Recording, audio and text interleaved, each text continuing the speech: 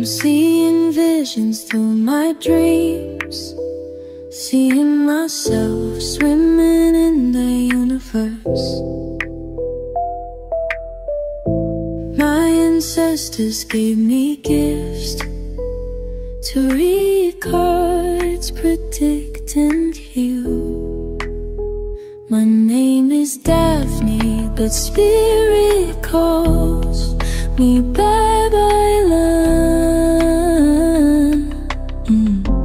Angels communicate through numbers. Intuition is so deep. The gift I fully embrace within.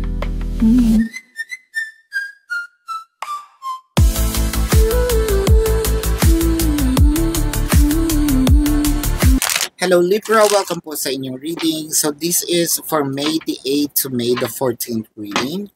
Para po sa mga bago, don't forget to click the subscribe button, smash the like button, comment below kung kayo po ay nakaka-resonate, and hit the notification bell. Kung gusto niyo pong sumali sa ating live sessions, dun po yan sa ating kabilang channel, that is Babaylan TV. No? Marami tayong pag-uusapan, so I want you to know that this is a general reading. You may resonate po with the entire reading or baka konti lang, take what's only yours. Simulan na natin, Libra. Nako, parang siguro ang dami na natin sinasabi na ang dami ko nang ginagawa, no? I feel like kung tao man ito, relationship-wise, siguro sinasabi natin, ang dami ko ng sakripisyo sa taong ito. Or kaya ko pang magsakripisyo, no, sa taong ito. It felt like hindi gumiginhawa itong ating nararamdaman because of how much we want to offer someone. It could be family, it could be relationship, romantic, it could be friends.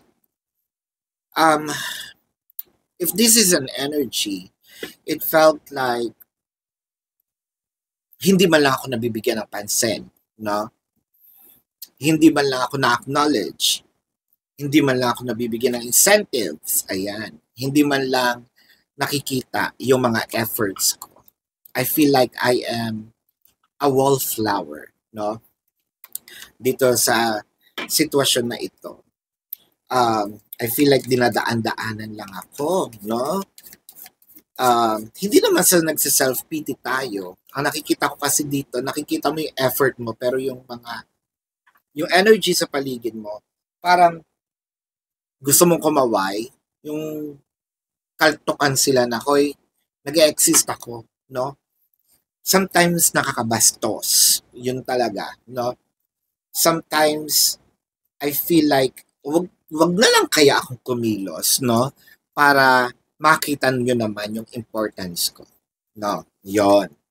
With the Queen of Swords, the Tower, and the Ten of Staves. So ito na nga, medyo hirap tayo sa mga nangyayari ngayon, especially kahit na yung magsalita.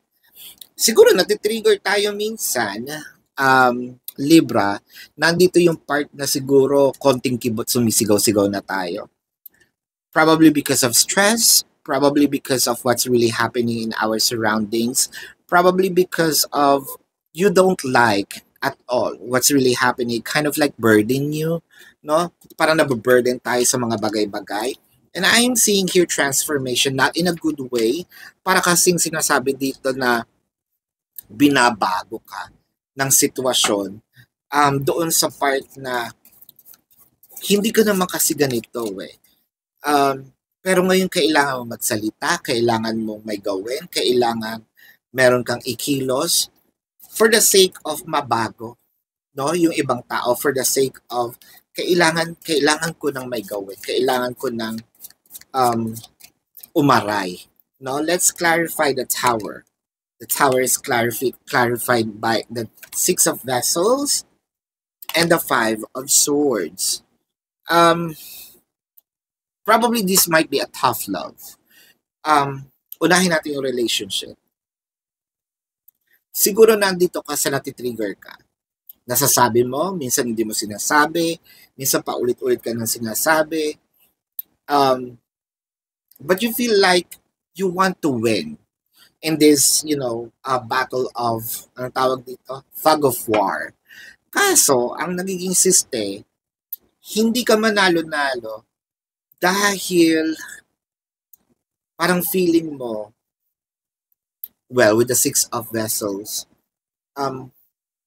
gusto ko kasing ibalik yung mga nangyayari dati. It felt like meron din akong contributions dito sa kung nasaan ako ngayon. Kaya nga gusto kong baguhin, gusto kong ibalik doon sa time na nagsisimula pa lang. Chances are meron ka ng separation with this person, with this energy. With this person, relationship pinag-uusapan natin. Whether it is physical or energetic. Singles. Siguro yung isa sa mga singles, ang iniisip dito not more of relationship, more of bakit ba ako kasi natutong magmahal romantically, no? Siguro mas masarap maging bata na ang alam ko lang mahal ko lang parents ko. Mahal ko lang kaklase ko, no? Naglalaro lang ako mga kaibigan ko. Not really the shallow kind of love, but not romantic, no?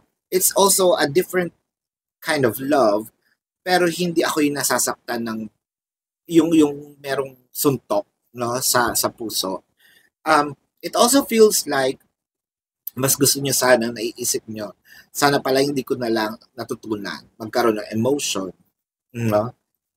Or ibigay ang aking puso for someone. I feel like naging traumatic yung experience niyo with regard to your exes.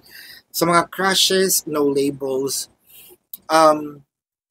siguro sinasabi niyo dito, sana pala hindi ako naging open or ganun ka-open. Dahil parang feeling ko, it's either I am being taken for granted or I am not, hindi napapansin talaga. Like, for real. I feel like nobody to the person. Medyo nahihiya ako sa sarili ko kasi ang lumalabas kasi ako yung naghahabol. No? Pero I wanted to win in this situation wherein nabibigyan pa niya ako ng time before. Ngayon kasi para naging complacent itong person ko, no? So goes with someone who's in a relationship or magjowa and married couple. Sama natin ang third party. Na para kasing before, things are okay. Nabibigyan ka ng time. Gusto mong ibalik dun sa part na yon. Kasi this time, parang naging chores, naging obligations, no? Yung iyong pagbibigay ng effort dito sa person mo, wherein naging yung complacency or sometimes laziness na, sabihin natin, na ako yung nagpo-provide in so many ways, pero itong person ko hindi, wala nang ginagawa, no? Separated couples, I feel like gusto mo sanang maibalik, no, itong inyong mga pinagdaanan, especially with the specific person. Sana mas sinasabi mo kung meron lang talagang time na mabibigyan tayo na maibalik, sabihin natin, chances are meron dito kasing part na kaya natin gustong ibalik kasi doon natin na ramdaman yung love and how to be loved and to love, the essence of the love per se. High Priestess, the Nine of Staves, and the Ace of Vessels. Well, napakaganda naman kasi I feel like meron ditong openings or meron ditong mga signs na sinasabi na nakukuha na, no, ninyo Libra, na kailangan nyo may gawin, may sabihin. With the Nine of Staves, doors are opening. Pero also, with the High Priestess, it requires balancing. High Priestess have these two pillars, the J and B, no? The light and the dark. So, I feel like you need to be on the middle, no? Kung kinakailangan natin i-call out ang, you know, someone para magising siya sa katotohanan, I feel like we need to speak, no? In a manner not arrogant, but in a manner that will be enlighten the person. And that will also shows how we love them and how we love ourselves in balance, because we are demanding for reciprocation, no? When it comes to finances or wealth, I think that we also need to have some calculated risk in here as long as we are going to follow our hearts, because the doors of opportunities are already opening. Careers and job, siguro wag tayong um, let's say, meron kasi dito mga sitwasyon na parang nagiging OTY or TY na lang, no, itong inyong mga efforts. You probably needs to demand, demand something, demand um, extra compensations. Dahil parang feeling ko na overused yung talent natin, na overused yung katalinuhan natin. Demand some promotions if you need to, no? If it requires to. Ayan. When it comes to relationships, yun nga yung sinabi ko, medyo kailangan na nagbabalanse tayo. Singles, crushes, no labels. It felt like we also need, hindi, wag tayo magdamot. Kasi dito sa tatlong to, singles, crushes, no labels, I feel like we're the one who probably give interest. Ibigay pa rin naman natin, pero in moderation. Kasi parang feeling natin dito medyo napapahiya na tayo. So, might as well give, dignity, but also give the other person the chance to exert effort, no? Magpa-miss tayo kung kinakailangan, no? Kasi meron na rin itong nararamdaman. Kaso, kaya hindi sila nag-effort, binibigay mo na lahat. So, what this person can ask for, sobrang swerte nila sa iyo. In a relationship, married, third party, I feel like ganun din, masyadong maswerte itong mga taong ito, Libra, dahil you kind of give your all, pero wala ka namang at first hinihinging kapalit. Pero again, this is relationship, kailangan merong reciprocation, no? And I feel like gagawin naman ito, but I think it requires for you to balance. Hindi palaging puro sila. Unahin mo rin ang iyong sarili, or kahit hindi mo unahin, bigyan mo ng pansin. Kung ganun ka-generous, no? Bigyan mo rin ng pansin. Kasi you cannot fill others' cup without, if you have an empty cup, no? This is your reading, Libra. Pero, yeah, let's check the zodiac sign. Pero bago lahat ng yan, gusto ko pong sabihin sa inyo na sa kabilang channel po, Babaylan TV, dyan po tayo nagla-live, no? Pwede kayo sumali. Kung hindi nyo maabutan yung live sessions, pwede naman kayo magtanong dito sa ating comment section as long as yung question po is answerable by yes or no. Kung hindi po kayo papatulugin ng yes or no lang na sagot, dumiretso na po kayo dun sa ating website. Sa description box ng video na ito, there is a link.